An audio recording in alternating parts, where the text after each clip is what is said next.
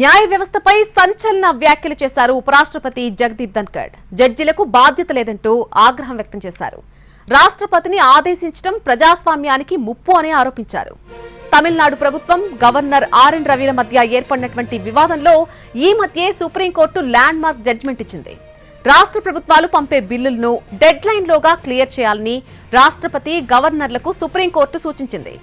గవర్నర్లు పంపే బిల్లుపై రాష్ట్రపతి 3 నెలల్లోగా నిర్ణయం తీసుకోవాలని జస్టిస్ జేబీ పార్తివాలా, జస్టిస్ ఆర్ మహదేవన్తో కూడినటువంటి ధర్మాసనం తీర్పునిచ్చింది.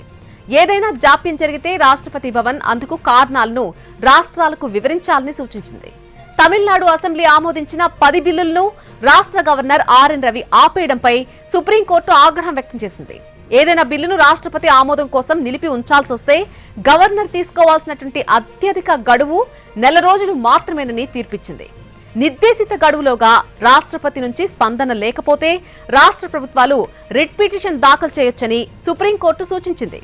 రాజ్యాంగంలోని 200వ అధికరణ ప్రకారం మంత్రిమండలి సలహా సూచనల మేరకు గవర్నర్లు తప్పనిసరిగా వ్యవహరించాల్సి ఉంటుందని, రెండోసారి సమర్పించిన బిల్లును రాష్ట్రపతి ఆమోదం కోసం రిజర్వ్ చేసే అధికారం గవర్నర్లకు లేదని సుప్రీంకోర్టు స్పష్టం చేసింది.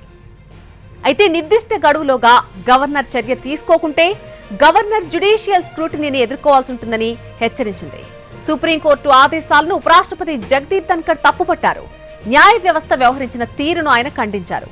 రాష్ట్రపతికి ఆదేశాలిచ్చే అధికారం కోర్టులకు లేదన్నారు.